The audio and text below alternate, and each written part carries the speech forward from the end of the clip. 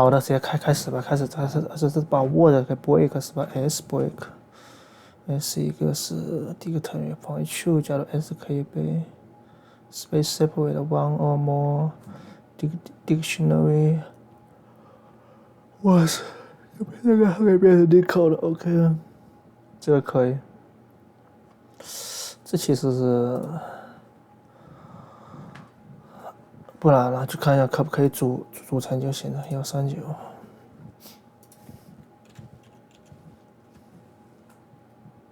单词拆分。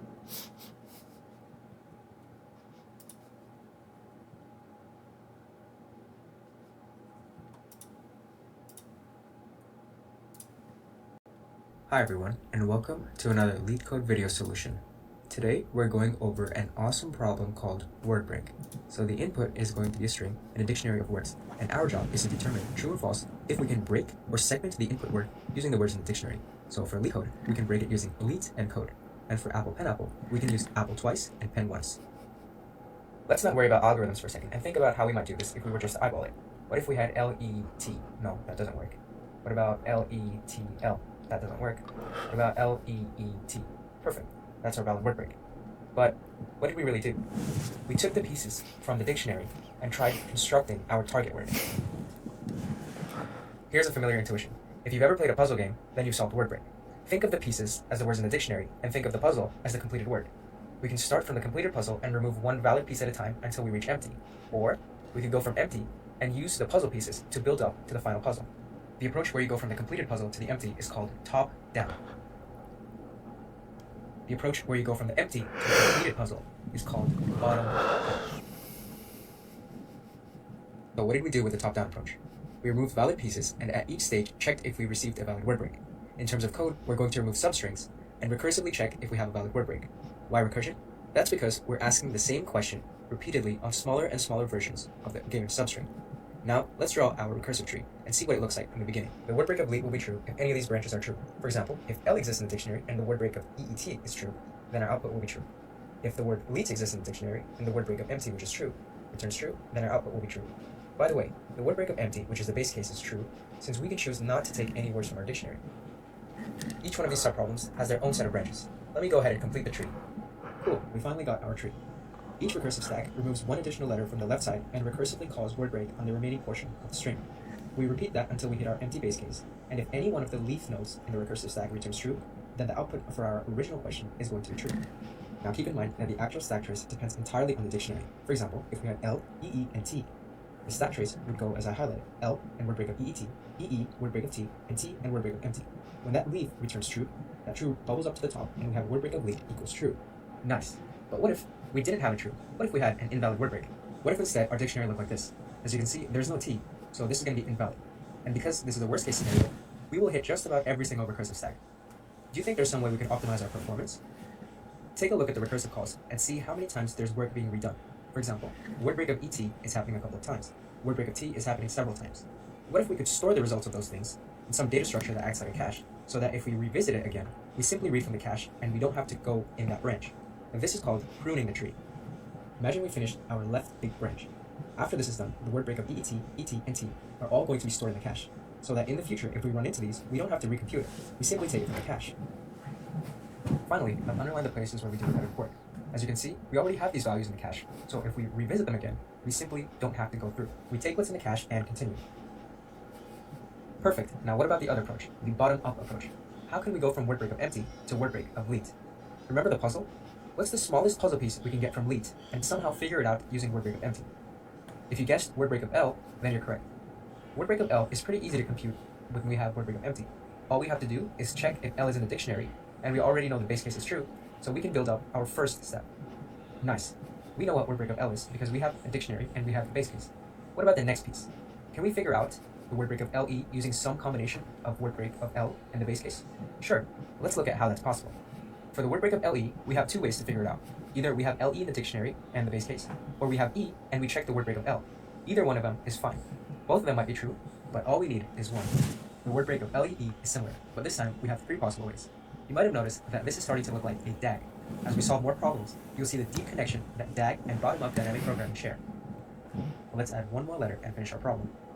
Cool, the word break of leads is true if any one of those four is true. Let's look at the flow and see how we do a caching when we go for the bottom-up approach. Here are all our word breaks that we calculated one step at a time.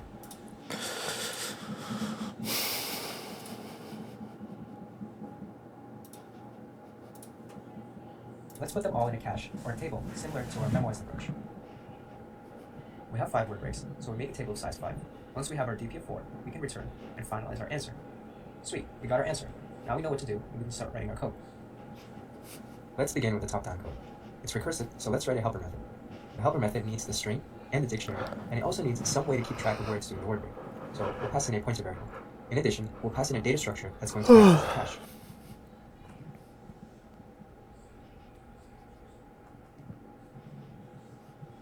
I've set up the structure for the recursive method. Anytime we write a recursive method, the first thing we do is take care of the return conditionals. For our problem, we're going to return if the pointer variable has reached the end of the word. Also, if we happen to have a cache hit, we are going to return the value stored in the cache. When we reach the end of the word with our start pointer, we're doing word break of empty, which we know is true. The next conditional is going to be the cache. Here's the meat of the algorithm. We need to create substrings, and for that we need 2 pointers. We already have a start pointer from the arguments, so we need to have end pointers. For that, we're going to use a for loop and iterate till the end of the string. The end pointer is initialized as start plus 1 because we want to break off at least one letter after the start pointer. The end pointer continues until less than or equal to length of s because we want to capture the whole string using the substring method as we will see. Great. So within the for loop, we're going to do 2 things. First, we check to see if the valid substring from start to end pointer exists in the dictionary. If it does, then we're going to go ahead and recursively call, passing in the end pointer for the next recursive stack. The substring method has start and end pointer. It begins from the start and includes the letter from the string at the start index. However, in Java, the end pointer is exclusive and does not include the letter from the string at the end index. We're almost done. If any iteration of the for loop evaluates to true in the if clause, then we set memo of start equals to true and return. Else, if nothing worked out, we simply set memo of start equals to false at the end of the method and return.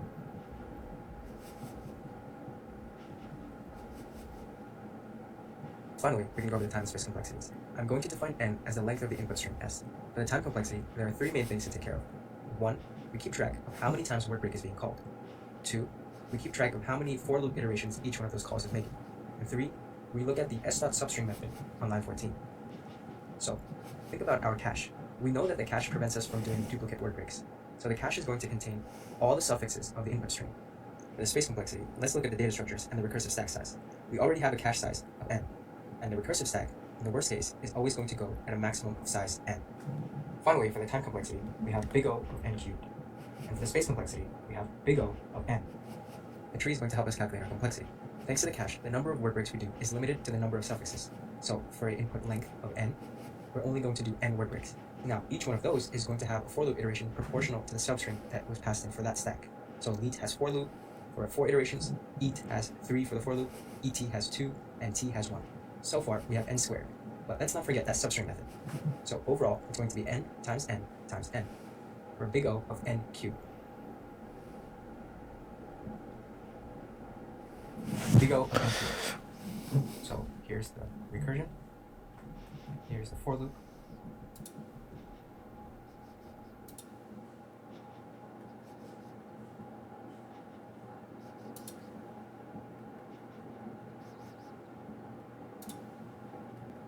Going to store our word break results. Now we have our DP table. Now let's go over the bottom-up code. Once again, we're going to initialize a hash set for the dictionary, and we're going to initialize a DP table that's going to store our word break results. Now we have our DP table. Remember how word break of empty was true? Once again, we're going to do substrings on the input string. Substrings need a start and end pointer. This time, we're going to use a doubly nested for loop, where the outer for loop is going to be the end pointer, and the inner for loop is going to be the start pointer. The end pointer I is initialized to 1 because we already have the base case dp of 0. We are trying to calculate dp of 1 next. The I will increment until less than or equal to length of s because we are trying to return dp s.length. The start pointer j is initialized to 0 because we need to use all the word breaks beginning from the base case to dp of i-1 to calculate dp of I. Within the for loops, we're going to do 2 checks for our if state. First, we'll check to see if the word break for pointer j is valid. If it is, then we'll take the substring from j to I and see if it's a valid word in the dictionary.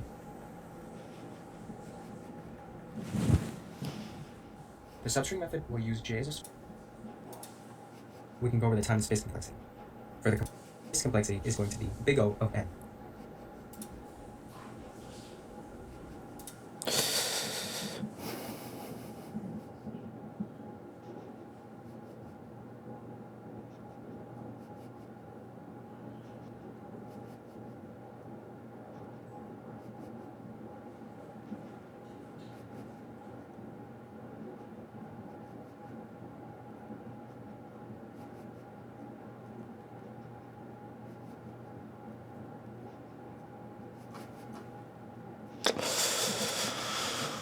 差不多就这样吧，也没有说很复杂，就是这里你有就直接提交了，行吧，就这样吧。